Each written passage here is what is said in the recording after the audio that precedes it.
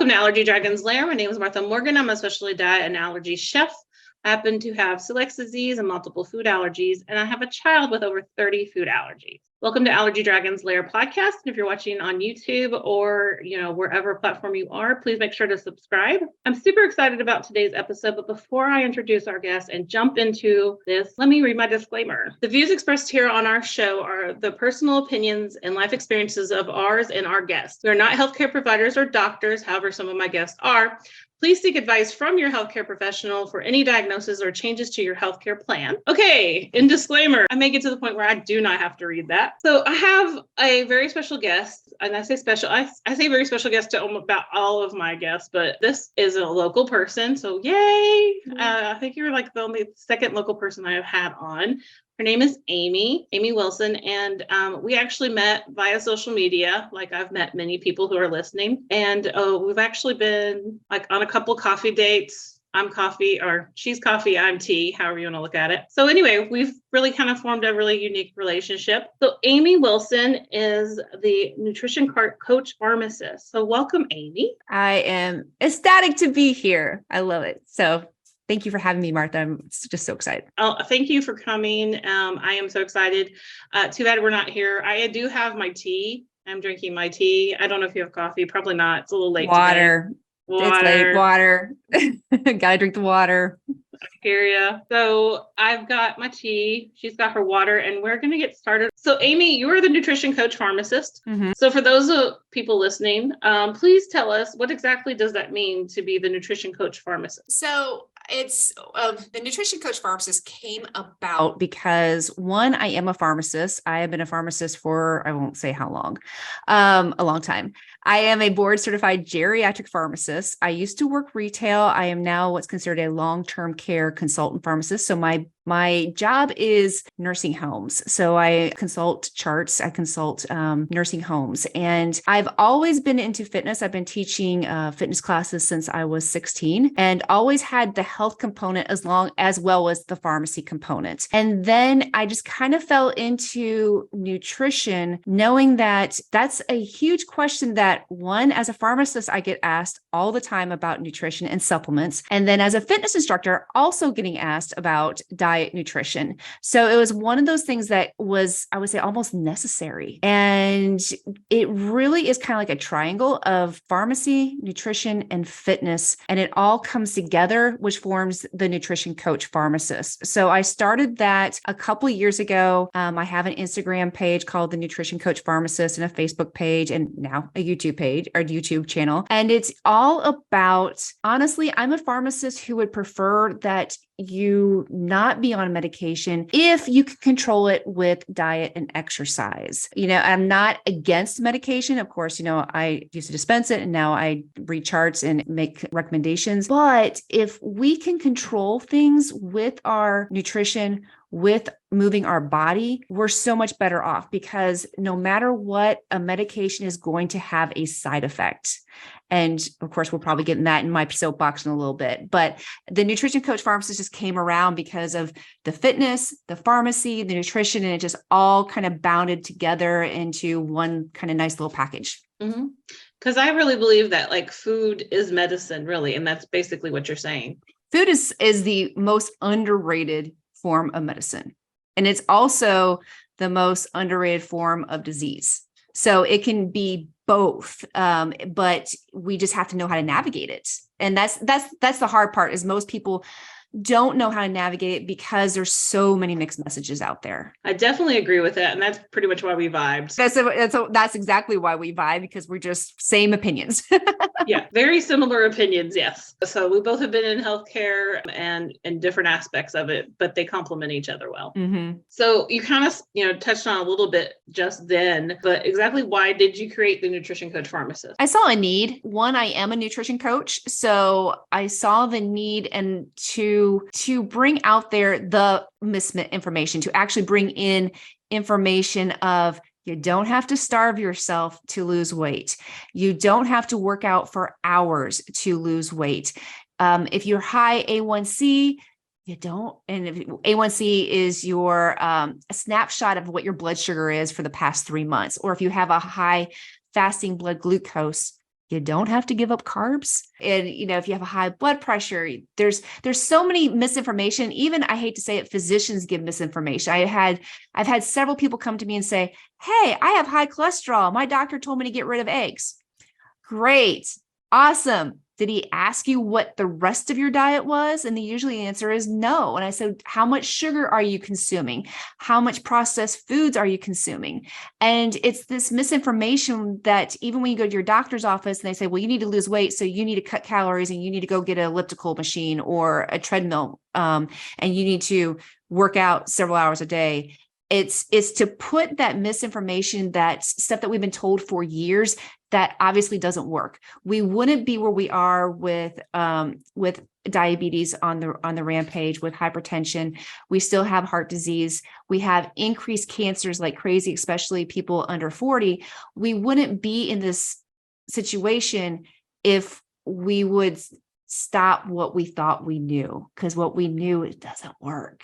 And that's my platform, my soapbox, is to help educate people, learn a different way, and kind of get rid of kind of the information that we thought was right that really doesn't serve us. I agree. And I've worked with some really awesome RDs and nutritionists as well that, think the exact same way. It's like, butter is more natural. And if you can have butter, go ahead and have butter in moderation, but it's because it's a fat still.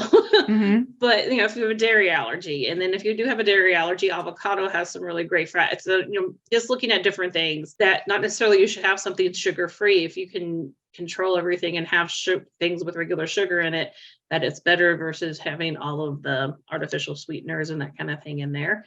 And I know we've talked about it a lot. So outside of Allergy Dragons Lair, that, a cookie is still a cookie, and if it's gluten-free or it's sugar-free, it generally has a lot of higher fat, or it may have extra sugar or extra salt to, make it taste better. So you're actually better off usually, making it from scratch. That's how we met, also because of food, and you got to eat my pumpkin pie. And there's nothing wrong, and someone's going to say, well, do you ever eat any bad stuff? It's like, it's not good or bad food. It's making the choices. And the problem is that we're so all or none that we think that we have to be 100% perfect, which is absolutely wrong. That sets us up for binges, that sets us up for issues, that sets us up with a horrible relationship with food. You can have a cookie. You can have the pumpkin pie. This weekend, I'm going to have some bonbons. It's knowing how to incorporate that 10% of the time, but 90% of the time, you're eating amazing, good food. You don't have to have just boiled chicken and rice or whatever thing you thought. You can go in more detail than I can on what's in lean cuisine, what's in healthy choice, what's in the food that you thought was healthy that's really not healthy. And it's amazing of what marketing does and makes us think that is not correct. Yeah. And it's just touching on what you just said, which is pick up the lean cuisine. And I tell people that don't have food allergies, you want to live like somebody that has to read a label. You really should. All of us should be reading that label. You should know what's going into your body, and look at all the salt. Do you really need that much salt?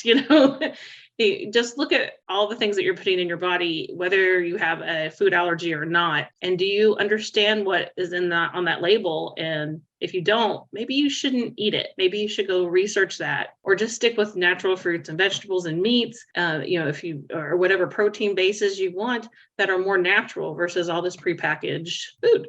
And I get, the sexiness of the prepackaged food, or the convenience of prepackaged food. Eating healthy doesn't have to be hard. It doesn't have to be time consuming. And that's something that I help with all my clients, is to realize that you can eat healthy without spending hours in the kitchen. You can eat really good food and you don't have to spend hours cooking and preparing, but it's so much better for you than grabbing that lean cuisine, because honestly, it's ultra processed food. Ultra processed food, we are now showing that increases cancer, increases type 2 diabetes, increases what's called metabolic syndrome, which is high fasting blood glucose, hypertension, a waist circumference that's over a certain amount.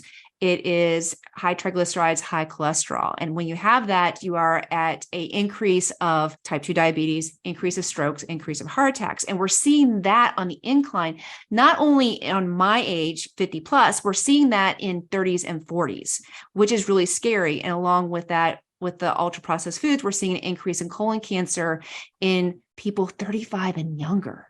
That's just crazy. And the problem is that it's no, I won't say it's nobody's fault. It's certain people's fault, meaning like big corporate America and people telling us things are healthy. It's just because we didn't know better. And there's so much information out there that we do know that if you start eating healthy, fiber's big. If you get this ultra processed food, you get the lean cuisines, you get the prepackaged stuff, look at the fiber content. Most of the time it is 0.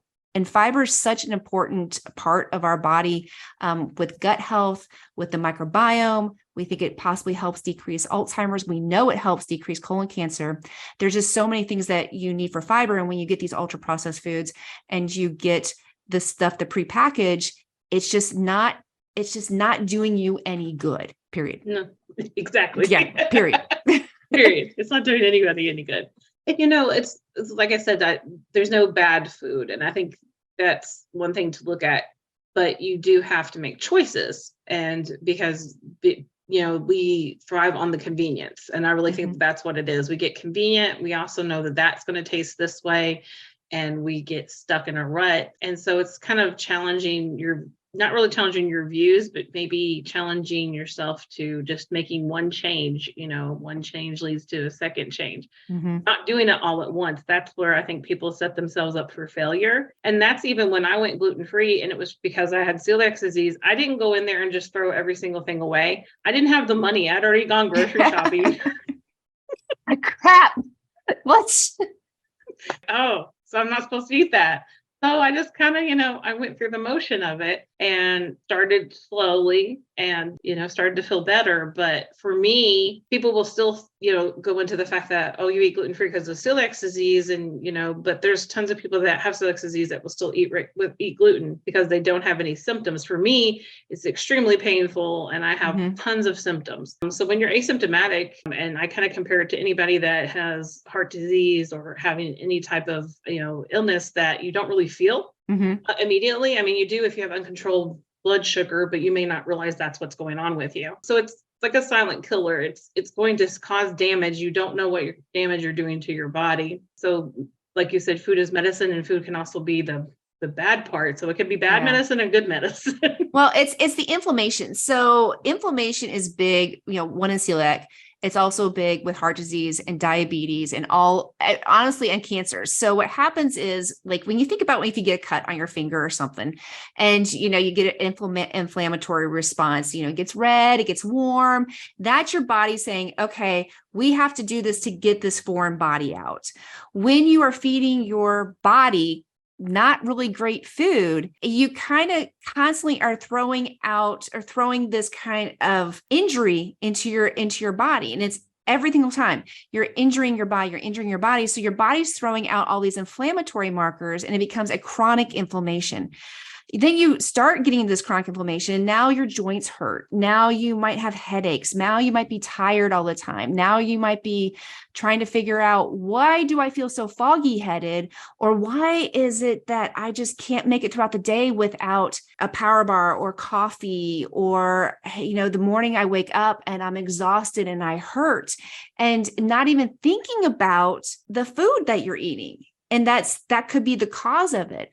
And that's not saying that everybody has to go gluten-free. I am gluten sensitive. So I do not eat gluten, but there's some things that you can take away. And a lot of that is the sugar, the processed food, the chemicals. And it's amazing how good you start feeling. And you didn't realize how bad you felt until you start feeling good. You didn't realize what your norm was. And then when you start feeling great, you're like, wow, I was in this brain fog the whole entire time, or I had this headache the whole entire time. And I just thought it was stress, or I thought it was, my prescription on my glasses, and didn't realize that it's what you're putting in your body was causing it. And that's kind of mind blowing for a lot of people, because it's almost like a breakup too. It's like you're breaking up with a bad boyfriend who keeps wanting to come back, because you're like, but but the cookies, but the chips, the Doritos, all the things are going through McDonald's or going through this. And it is kind of like a breakup that you're almost sad, but you're happy at the same time, but you kind of want to go back. But it's a struggle. But usually what happens is that feeling good always wins. Being a better person always, when you get rid of the baggage, sometimes gets better. You become a better, you feel better. And that's what we all want, is that honestly, we all want to feel better. We all want to have energy. We want to live with purpose. We want that vibrance. And it's sometimes hard to believe it's the reason we're not there is because it's caused by food. People want like instantaneous, results. And Amazon Prime. We want Amazon Prime all the time, even with our bodies. Yeah. It's not going to happen that way. And that includes like if you have a medical reason for celiac disease. I know we've talked about before, like with your clients, you have them like take some things away for a while and then reintroduce them, kind of like an elimination diet. And like I said, we're not preaching one particular diet to anybody because you believe the same thing I do, which is like everybody's prescription is different. Like you can avoid some gluten. They possibly have a little bit issues when you have it. But for me, if I get gluten, it's completely, totally different. Yeah, exactly. Yeah. So our prescriptions are different, but we both appreciate the fact that you can still have delicious food and enjoy life and have results, and you don't have to do it all at one time. Yeah, absolutely. You can still go out to eat. I mean, you just have to do a little bit of homework and know which restaurants are better for you than others. And that's the big thing. You still can live life, and you can still live life fully, if not even better than before, especially when you start feeling better. I agree. Amy, let me see here. So we've gotten to talk about so much stuff, but I wanted to know who would be like your perfect client? Who would be reaching out to you? It's interesting. So I do a lot of menopausal women